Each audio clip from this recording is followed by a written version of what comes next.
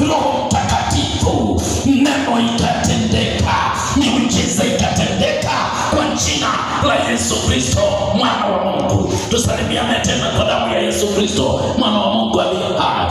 Neno linasema ya kwamba mlima wa Mungu, katika mlima wa Mungu kuna matendo itatendwa mlimani kwa Mungu. Haleluya. Hebu nisome ndani ya kitabu cha Matendo ya Mitume. Kabla ya Matendo ya Mitume, soma Isaya chapter number 4 verses number 5. In the book of Isaiah chapter number 4 verses number 5. Amen. Asante. Thank you.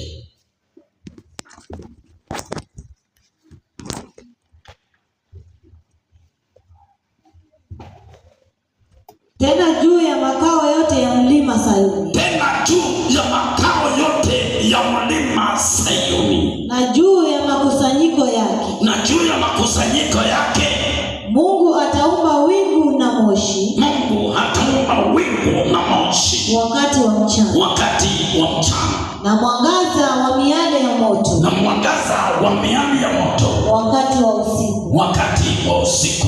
Kwa maana juu ya utukufu wote. Kwa maana juu ya utukufu wote. Itatandazwa sitara. Itatandazwa sitara. Tusalimiane kwa damu ya Yesu Kristo mwana wa Mungu aliye hai. Musa akipanda mlimani, nyakati za Musa ilikuwa akitoka mlimani, hauwezi ukakutanisha uso naye, maana sura yake ya choma kama jua. Ikatandwa sitara ili Waisraeli wamkaribie Musa, waje karibu naye juu ya utukufu wa Mungu. Na neno inasema ndani ya Isaya, katika mlima wa Mungu, in the mountain of God, katika mlima wa Mungu pande zote kutakuwa na nini? Ndani ya mlima wa Mungu, in the mountain of God, kutakuwa na kitu kigani? Rudia neno hiyo ndani ya Isaya chapter number 5 verses number 4. Katika mlima wa Mungu hapo chapter number 4 verses number 5. Mali umesoma, rudia hapo. Tena juu ya makao yote. Tena juu ya makao yote ya mlima Sayuni. Ya mlima Sayuni. Na juu ya makusanyiko yake. Na juu ya makusanyiko yake kuna kundi inaoitwa binti Sayuni, ambaye ni mke wake Yesu mwana wa Mungu, mke wa mwana kondoo Yesu Kristo, ambaye ana jina binti Sayuni. Kuna binti Babeli, ambaye binti Babeli huyu sio binti Sayuni. Binti Babeli amejaa matendo ya anasa, na kuna binti Sayuni. Hawa ni watu wawili, binti Sayuni na binti Babeli. Binti Babeli atatenda uchafu wa kila aina. Binti Babeli atatenda anasa za kila aina. Binti Sayuni ni mke wake Yesu Kristo, mtu aliolewa na Yesu Kristo, akamkubali Yesu Kristo, akae ndani yake, naye Yesu ndani yake. Na ibadili aidha ni mume ama ni mke, mume na mke yoyote aliokoka akakiri Yesu ni Bwana, akawa ameoleka na amejaa Yesu ndani yake, naye Yesu akajaa ndani yake, mtu huyo ni yeye na Yesu. Yesu akasema, lolote utaomba kwa jina langu, kwa jina la Baba atalitenda, na yeye atalitenda. Akasema, mimi niko ndani ya Baba, naye Baba ndani yangu. Kina Petro akimuuliza, tuonyeshe Baba, akawauliza, nimekuwa na ninyi muda huo wote, hamjamuona Baba? Ukisha niona umemuona Baba, maana mimi ni ndani ya Baba, naye Baba ako ndani yangu. Mimi na Baba ni kitu kimoja. Mkisha niona mmemuona Baba. Nawe utamkubali Yesu mwana wa Mungu akae ndani yako, naye ndani yako, wewe nawe ndani yake, wewe pamoja na Yesu ni mwili mmoja, na lolote utaka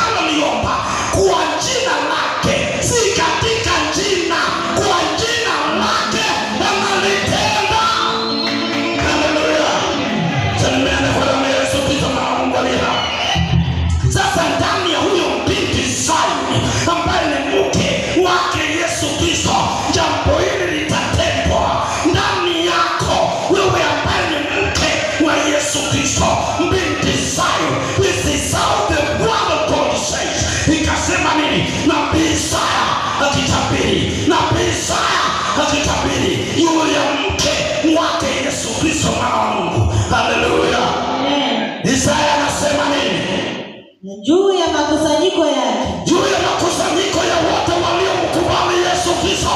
Haleluya! Juu ya makusanyiko yote yaliyomkubali Yesu mwana wa Mungu, yote aliyokubali Yesu ni mume wake, Yesu ni Bwana ndani ya maisha yake. Kusanyiko lote hilo inasema, neno inasema kusanyiko hilo lote katika makao yote, Mungu ataumba wingu na moshi wakati wa mchana. Mungu ataumba wingu na moshi wakati wa mchana. Wakati wa mchana jua itakupiga. Soma.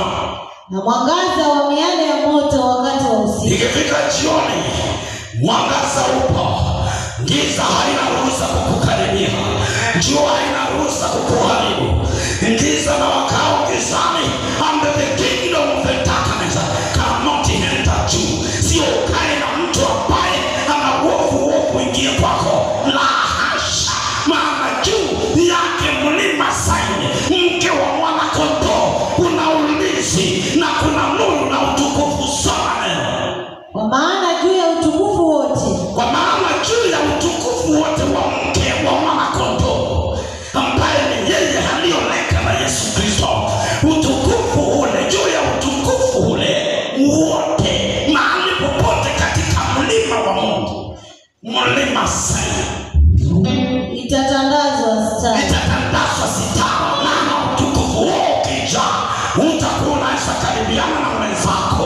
Tusalimiane tena kwa damu ya Yesu Kristo, mwana wa Mungu aliye hai. Ngoja uone utukufu ukiwa na mitume baada ya Yesu Kristo kuondoka. Nisome sasa ndani ya Matendo ya Mitume, in the book of Acts chapter number 4. Matendo ya Mitume, katika kitabu cha Matendo ya Mitume, New Testament, Agano Jipya. Matendo ya Mitume chapter number 4 verses number 1. The Bible says, Biblia inasema, sio pastor anasema, sio nabii anasema. There are sounds, different sounds. Hata wewe una sauti, sio yako inanena, the sound of God. So hata walipokuwa wakisema na watu wale, makuhani na akida wa hekalu na mitume walikuwa wakinena na watu habari za nguvu za Yesu Kristo. Walipokuwa wakinena na watu wale, sikiza ni nani waliwatokea. Soma. Wakafadhaika sana kwa sababu wanawafundisha watu na kuhubiri katika Yesu ufufuo wa wafu. Tusalimia. Wanaofadhaika si mitume, wanaofadhaika sio mitume. Rudia neno umsikie vizuri. Hata walipokuwa wakisema na watu wale, makuhani na akida wa hekalu na Masadukayo wakawatokea. Makuhani, maakida wa hekalu na Masadukayo, watu wanaoshika torati ya Musa, mtu anayesema Bwana Yesu asifiwe, mtu aliyeko kanisani anasoma sheria za Mungu, naye anafadhaika anaposikia Yesu anatenda. Wewe umekaa katika nyumba ya Mungu, ni wengi ndani ya duniani. Yesu akianza kutenda miujiza, unaona wengine na wanakiri damu ya Yesu Kristo, wanaanza kufadhaika. Unakuta hawataki Yesu atukuzwe, wanahitaji sifa za mtu binafsi. Mimi pastor nahitaji sifa. Basi leo nakupasha habari, sifa si zangu, bali ni atukuzwe Baba ataye ndani yangu. Maana mimi ndani ya Yesu, naye Yesu ndani yangu, naye Yesu ndani ya Baba, na ndiye aliyenifundisha habari za nyumba yake inayoitwa nyumba ya Jehova Emmanuel. Kuna nyumba ya Jehova Nisi, kuna nyumba ya Jehova Shalom, kuna nyumba ya Jehova Mekadisemi. Alisema nitaja niwakaribishe, I will welcome you to the house of my Father. Hakusema ya kwamba nitakupea,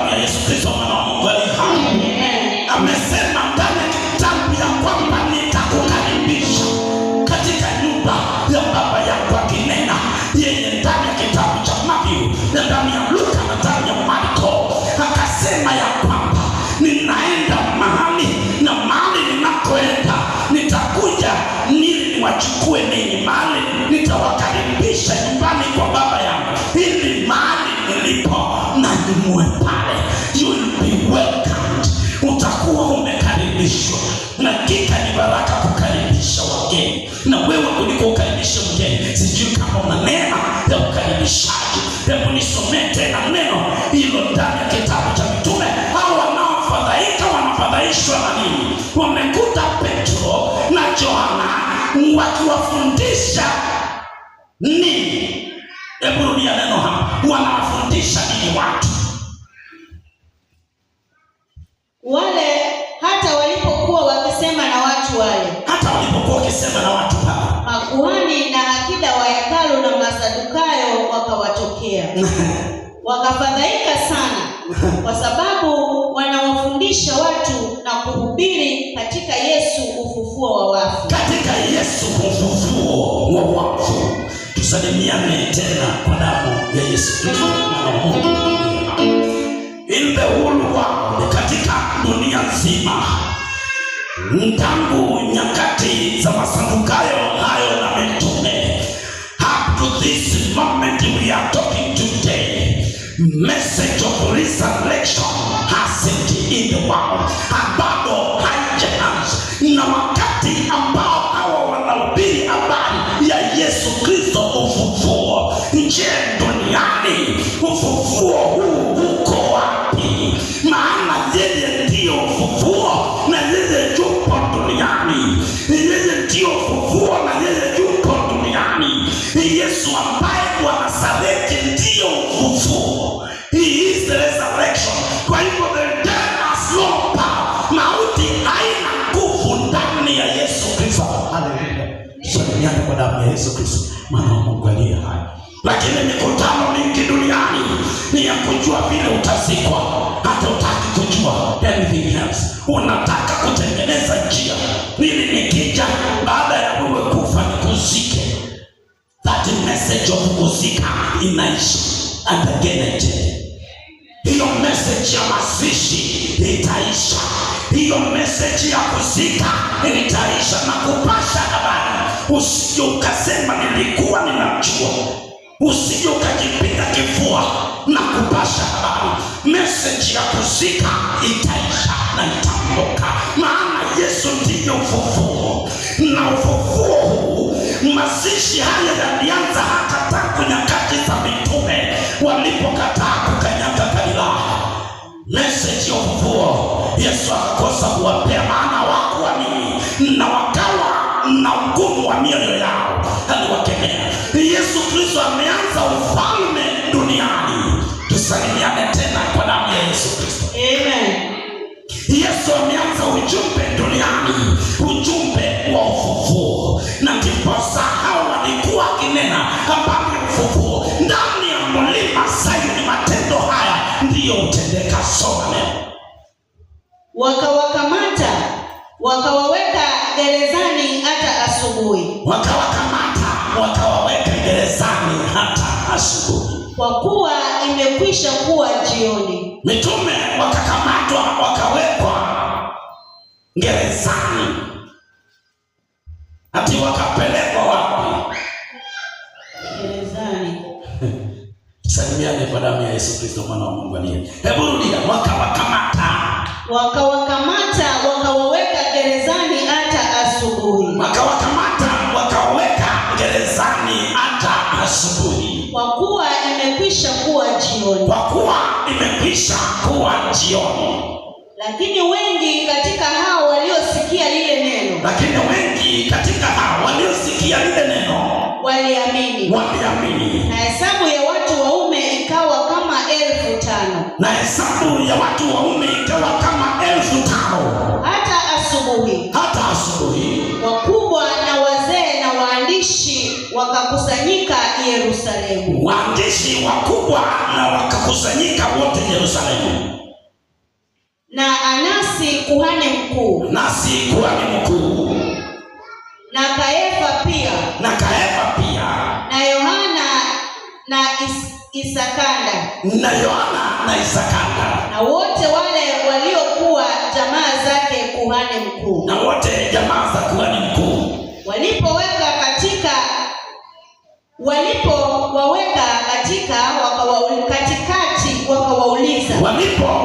katikati wakawauliza. Kwa nguvu gani? Na kwa jina la nani Na kwa jina la nani? Ninyi mmeyafanya haya. Ninyi mmeyafanya haya. Ndipo Petro akijawa Roho Mtakatifu. Ndipo Petro akijawa na Roho Mtakatifu. Akawaambia, enyi wakubwa wa watu na wazee wa Israeli. Enyi wakubwa wa watu na wazee wa Israeli. Kama tukiulizwa leo hii habari ya jambo jema alilofanyiwa yule mtu dhaifu.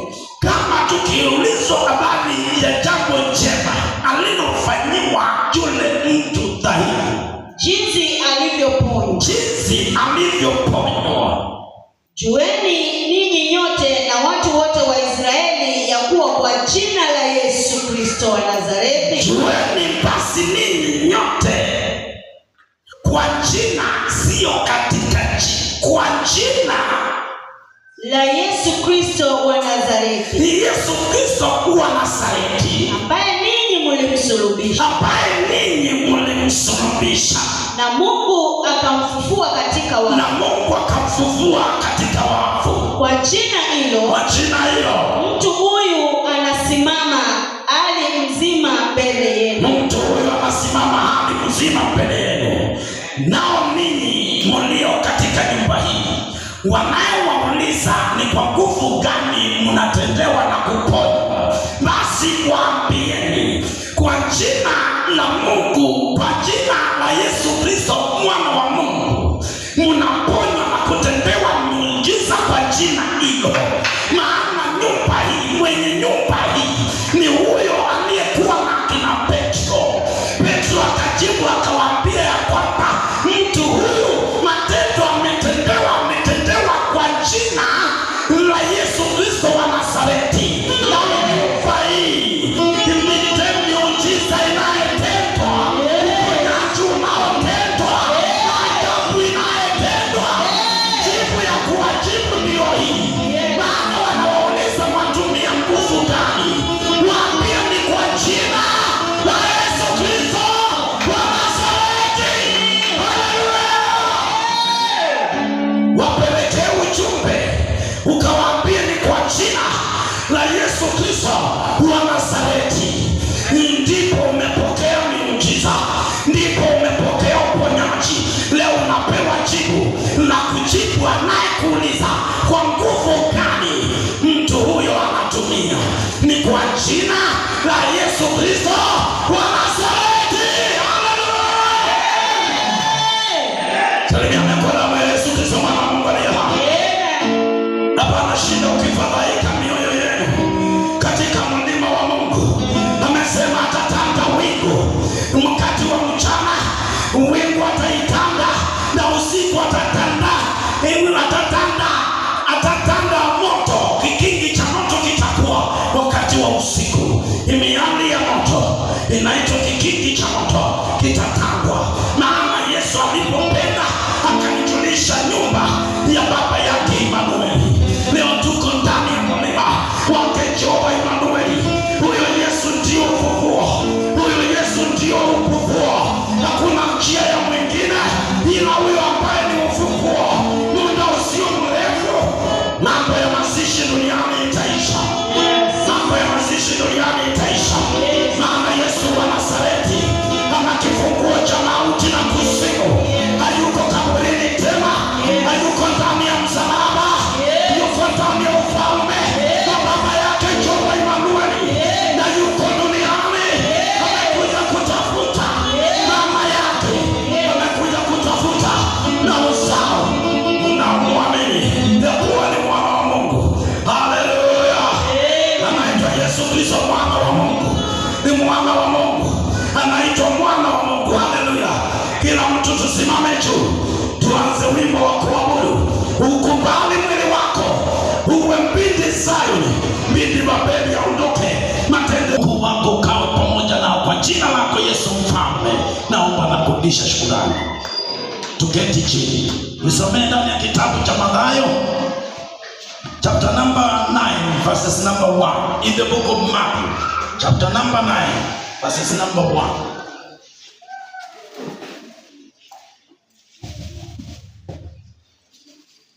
Akapanda chomboni. Yesu akapanda chomboni. ambaye Yesu wa Nazareti.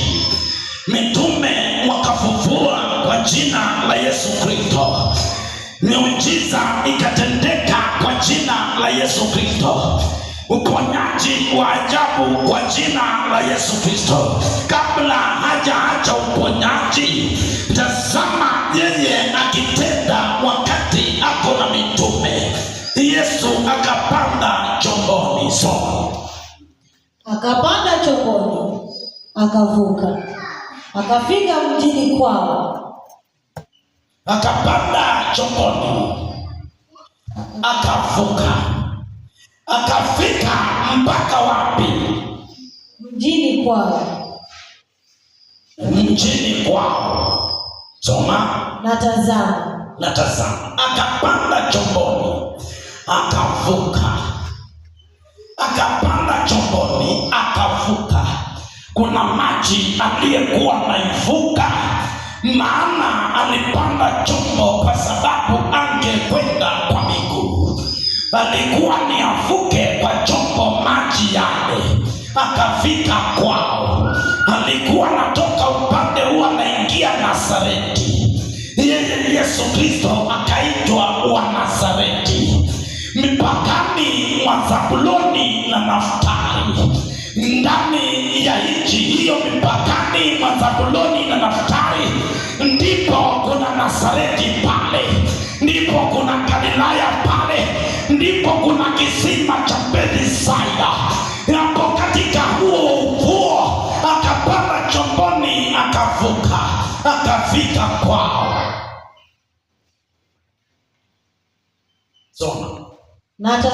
Na tazama, wakamletea mtu mwenye kupooza, amelala kitandani. Naye Yesu alipoiona imani yao, alimwambia yule mwenye kupooza, jipe moyo mkuu mwanangu.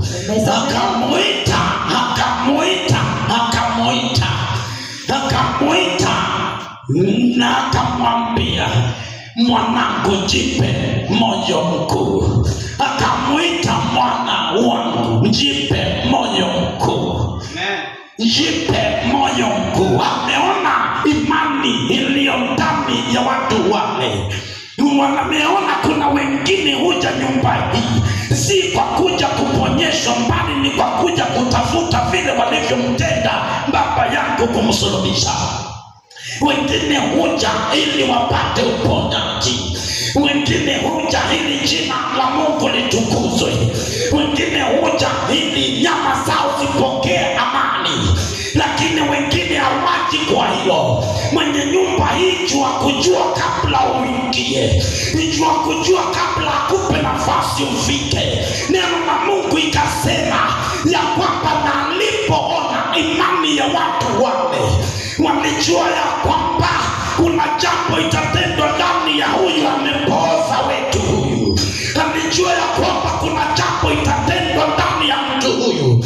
Aliona imani iliyo ndani ya watu wale, akaona imani yao. Wamezunguka, wamekosa uponyaji, lakini wakajua ya kuwa ndani ya mtu huyu kuna jambo limo ndani ya mtu huyu. Tumbebeni huyu, tumpeleke. Alipofikishwa akamwambia Yesu, akamwambia, jipe moyo mkuu mwanangu. So umesamehewa dhambi zako.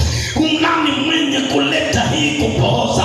Dhambi ilipoingia kupooza kukaanza, dhambi ilipoingia kupooza kukaingia.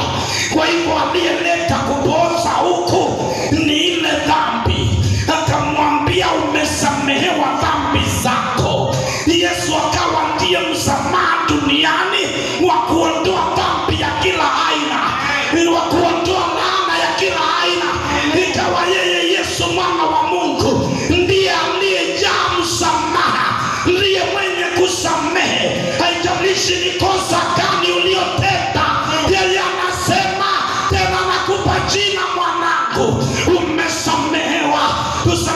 kwa damu ya Yesu Kristo mwana wa Mungu aliye hai. Mtu yule hata hakuomba msamaha wa matendo yake, imani ndani.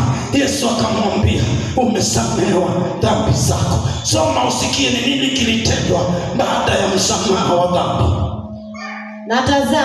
Na tazama, baadhi ya waandishi wakisema nafsini mwao. Baadhi ya nani? Waandishi na mkono wengine hapo. Baadhi ya waandishi wakainena nafsini mwao, huyu anakufuru.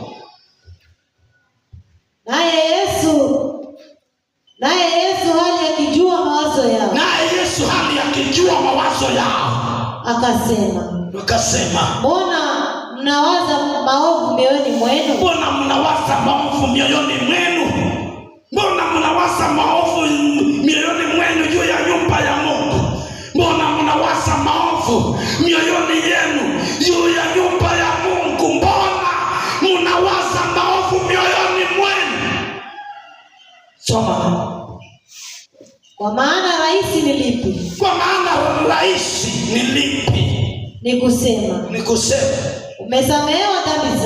umesamehewa dhambi zako, au ni kusema ondoka uende. Lakini mpate kujua ya kwamba Mwana wa Adamu anayo amri duniani.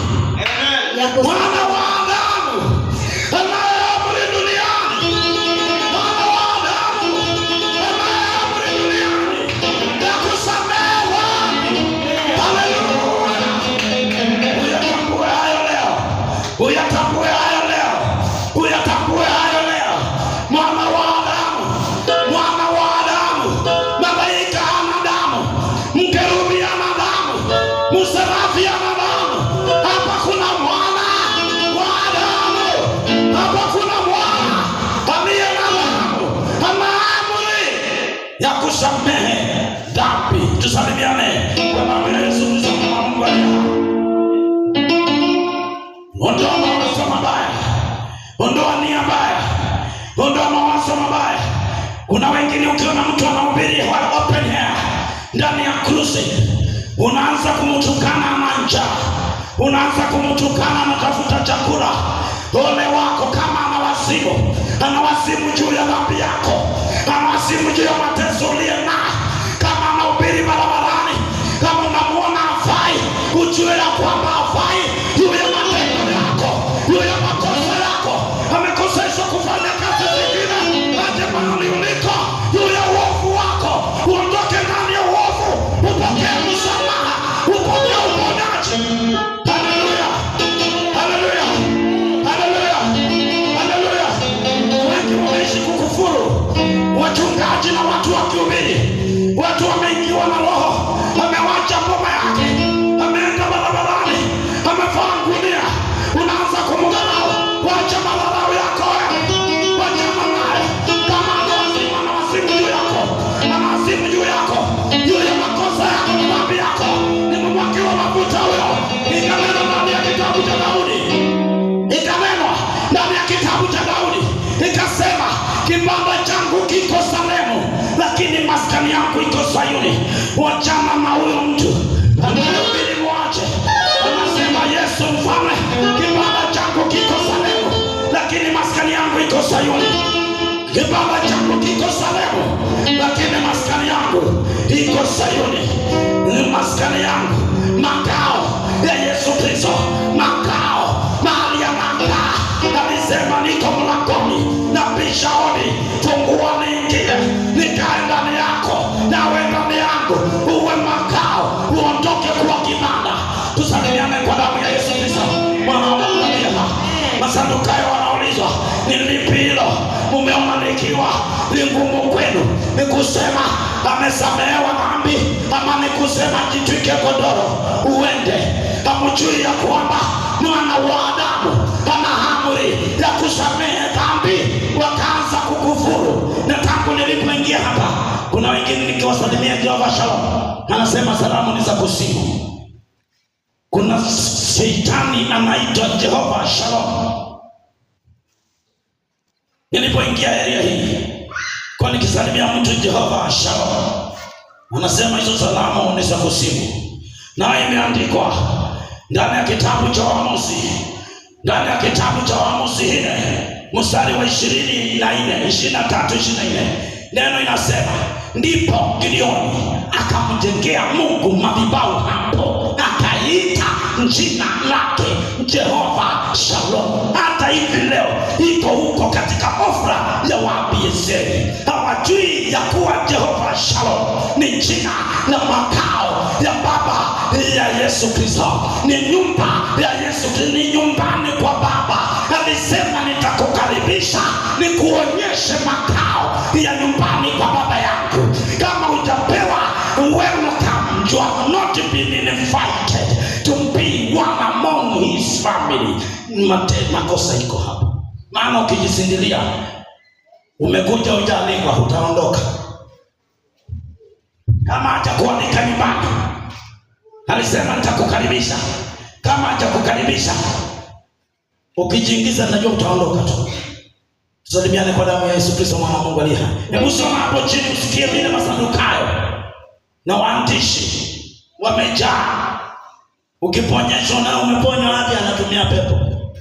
Pepo gani itaponya? Ufalme hawezi ukajifitini, na ukijifitini umeisha. Soma.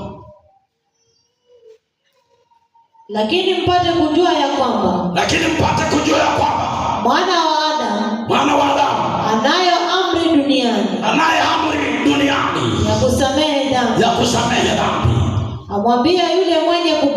Amwambia yule mwenye kupooza. Nawe leo uliye hapa, aidha ni kupooza, ulipooza mikono yako haipati fedha, aidha ni kupooza hata kuomba hauwezi, aidha ni kupooza umepooza kazini. Kuna kupooza kwa aina gani? Aina nyingi. Hiyo kupooza uliko na kutaondoka. Umesamehewa dhambi. Kupooza kwako kutaisha. Kama ni ndoa imepooza, hiyo ndoa itasimama. Kama ni kazi imepooza, hiyo kazi itasimama.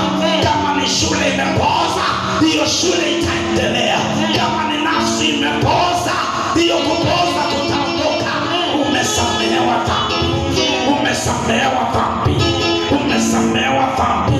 Umesamehewa dhambi. Tusalimiane kwa damu ya Yesu Kristo mwana wa Mungu aliye hai. Haleluya. Leo ni wakati wa Emanueli akitenda neno katika mlima wake. Anaitwa Jehova Emanueli. Mlimani kwa Jehova Emanueli. Haleluya. Mungu pamoja nasi. Simama juu na Mungu wa majeshi awabariki. Weka wimbo wa kuabudu.